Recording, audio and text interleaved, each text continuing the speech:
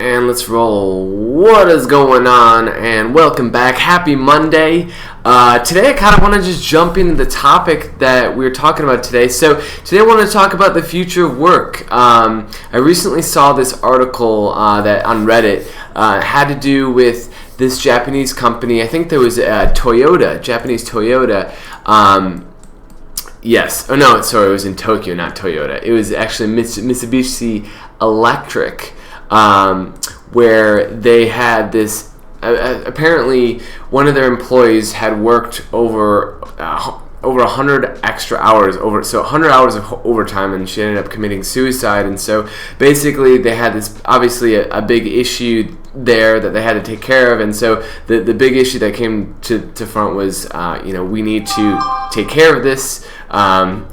People shouldn't be working this much. Like, how do we fix this? And so this company and a few other companies have been thinking about possibly implementing a 3-day work week, which is really interesting. And it's like, wow, that would be. Can you imagine having a 3-day or a 3-day?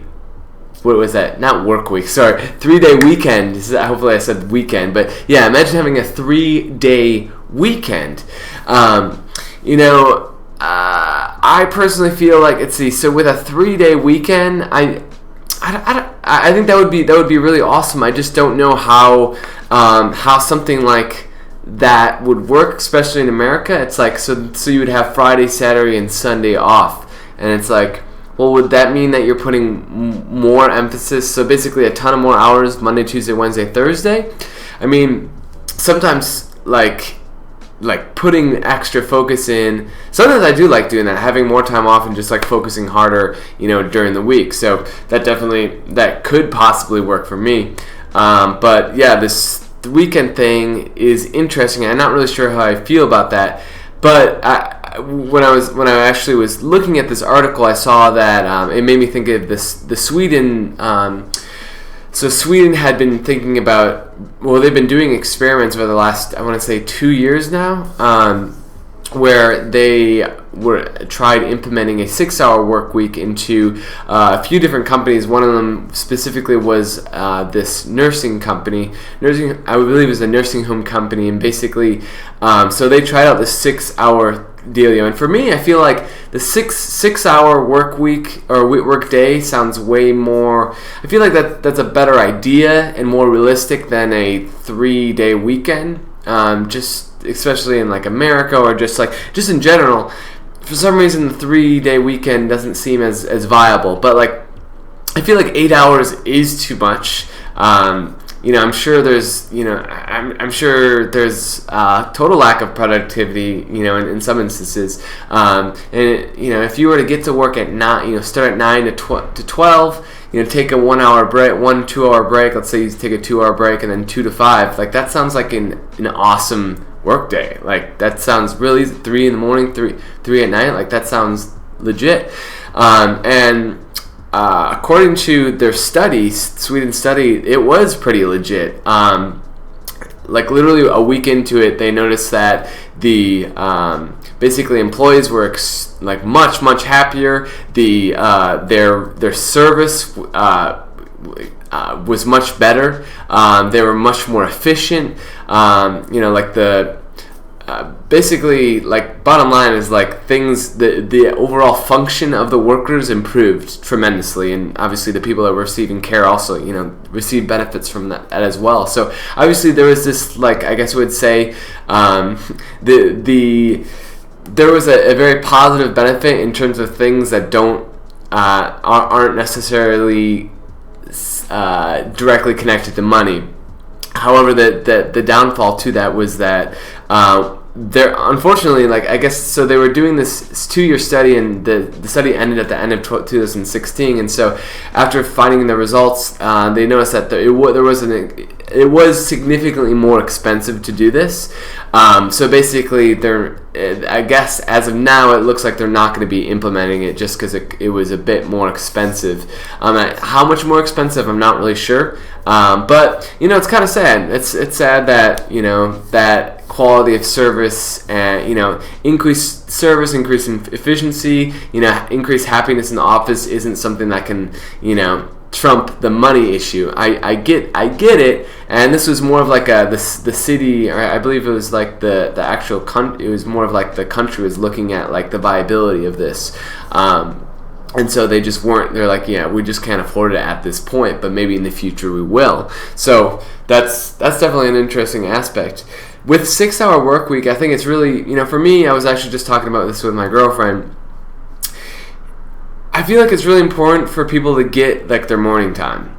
I value that tremendously. Like, I'll take 2 hours in the morning just to spend time with myself and like, figure out what I'm going to do during the day, meditate, get like figure out where I'm at, like emotionally. Like there's a lot of things that, like, I guess I would say housekeeping that you should do in the morning, and sometimes that requires you to wake up earlier, but I just feel like overall, if you're doing an 8-hour work week, like, you're not going to wake up super early just to do that type of stuff, unless it really, really, really affects you, like, well, it does for me, so I will do that, but I find myself not doing it when I have this, like, crazy busy schedule. But imagine if, like, that was something that people could implement in their days, like, you had that morning time to really, like, deal with things and like understand more of yourself, and then you come into the office feeling refreshed and like you're on point. You didn't just rush in the office. You had time to like chill out, get your focus right, and execute. And another part of this study was to look at the productivity behind these workers. Like, what did this increase productivity? And it sounds like there has been different. I guess like the Sweden research proved that it didn't necessarily increase productivity. There was an efficiency and happiness, but the actual productivity, there wasn't a huge difference, I guess. But I guess there was a Stanford experiment as well where they said, like, yeah, actually there is a significant increase in productivity when you have a 6-hour work week. So maybe it has to do with a difference in culture, and I'll have to look at more sources to see what exactly what's going on with that. But like, sometimes less is more. It absolutely is more. And as I'm thinking about this too, it's like, well, maybe it depends on the industry as well. Maybe there are some industries, maybe the nursing industry isn't the best for decreasing hours and increasing productivity. Maybe that's the case. Maybe there's other businesses that are better for this or that. But ultimately, one thing that we did find out from this is that it definitely makes people more happy, more fulfilled, do their job better, be more efficient. So, where is that on the scale of like on the scale of like what matters and what doesn't? So it's an interesting spot.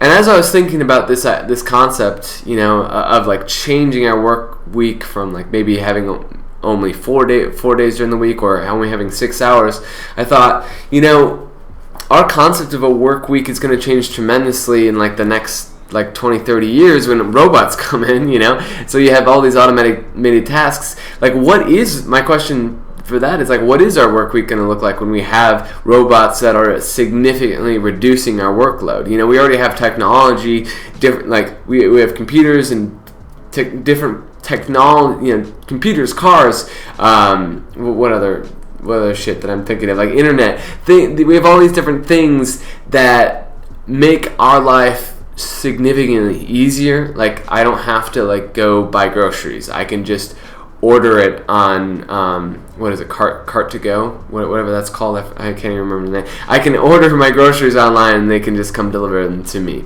I can basically I can do most things without really having to get off of my computer, which is pretty cool. Like, I can work full time from my computer, very easy. So it's interesting. So like, that's just like one level of like how technology is like reducing the workload for us. But like, when robots come in, I feel like there's gonna be a whole nother level of that, because they're actually moving physical things. It's like a car, but like us, being able to do these physical automated tasks. So as I was thinking about that, I was like, I wonder what jobs will most likely be taken over by robots. And I actually found an article that was talking about that. And they kind of went through some of the top jobs that will definitely be taken over by robots. The first one was a bus driver. So a bus driver has there's an 89% chance of automation apparently, and obviously that's because of the automated cars that are coming out and are already out right now in testing. So that's an obvious one. This next one, which is one I really wasn't expecting, is a roofer. So there's apparently a 90% chance of this happening. They say it's more than likely the people coming to fix your roof in the future won't be actually people at all. There's 90% chance your roof will eventually be fixed by robots or artificial intelligence. I'm not really sure. I'm sure that they'll have it's probably because it's such a repetitive task that it would be easy to create a robot that could do this. So that makes sense. So obviously anything automated, these are all mostly automated things. An accountant, that makes sense. There could just easily be a computer program that can do all this for you. Paralegal, again, there's a lot of reading, a lot of like detailed work that a robot could do extremely better, and there's a 95% chance of that automation. Number 5 was a line cook, which is so once they develop robotic hands consisting of 20 motors, 24 joints, 129 sensors, they'll be able to mimic the movements of a human and not need anyone on the line there. So 96% chance of that being taken over. Cashier, as it's already been taken over, Amazon has that basically quick checkout groceries that they're coming out with, basically, where you just walk in with your phone, grab an item, and just walk out, and it just charges you immediately. You don't even need it. So 97% chance that that's going to happen. The next one, the third most likely to be taken over by robots, is the credit analyst. And so risk assessment, assessing credit history, approving, disapproving, that makes total sense. And then second most likely is a loan officer. So traditionally a loan officer has decided which businesses and individuals qualify for funding. If you're lucky, perhaps you got someone who's able to bend and show a little compassion. But as some lending companies go the route of automation and don't employ any loan officers, your fate will most likely be in the hands of a computer. So interesting. So that's another aspect. It's like, wow. So it's like computers are great. They're super efficient. They're very structured. Like they're very likely to get the job done. But like then you do lose those benefits of like knowing people. In particular jobs, and just getting a little like leeway, or just like I guess like networking is something that can be very beneficial because you can get things for free, or just obviously that you can. There's a lot of perks to that, but if there's robots doing everything, that's no longer a thing, which is really interesting. So I think ultimately it's probably for the best, but it is an interesting thing to think about. And then the last one, which will be interesting, is telemarketers are 99% a chance of automation, which definitely doesn't surprise me. There's already robots calling me all the time, and I'm sure there'll be once we get this high intelligence AI going, you'll actually be able to talk to someone and not know if they're a robot or not, and that's going to be a weird world to live in, definitely. So, speaking of jobs, there are reports that say by 2021, robots will have eliminated 6% of all U.S. jobs.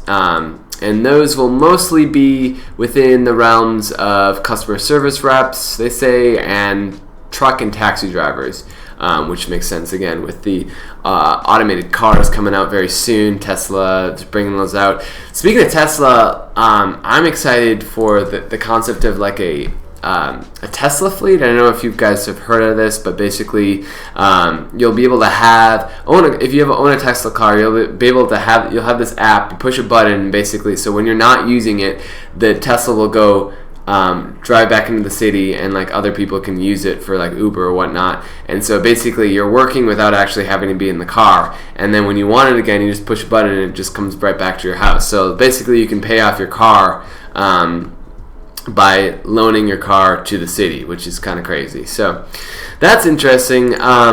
but back to the robot thing, they said within 30 years, like a significant, I think they said up to 50% of jobs will be automated by robots.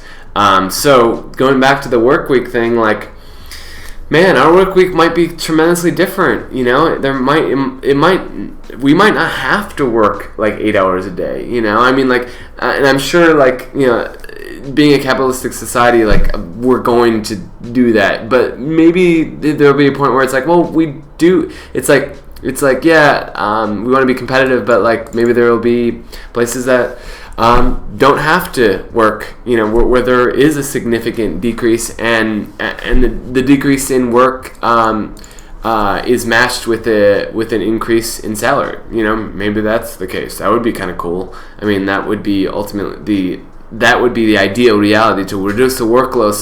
So like, if robots could take over so that we could live our lives and at least, you know, be in a place where like where we feel like we're living. Like, I love work, but like I don't like it when it's like completely overwhelming me, and like I don't feel like I am a human anymore, you know. So it would be really great if robots could come into our lives to help us feel more human. That would be a really wonderful thing. So anyways, that's that topic right there. I don't think I have anything else regarding that, but yeah. So hopefully that was an interesting topic for y'all. Yeah, robots, and changing the workflow. I don't know. We'll see. The future's gonna be an interesting place, and it's coming really soon. 2021 is like only 4 years away, and that's pretty crazy. So within the next 5 years, like, things are gonna be shifting up pretty quickly. So, anyways, interesting thoughts. But hope y'all have a fantastic rest of the day, and I'll talk to y'all later. Peace.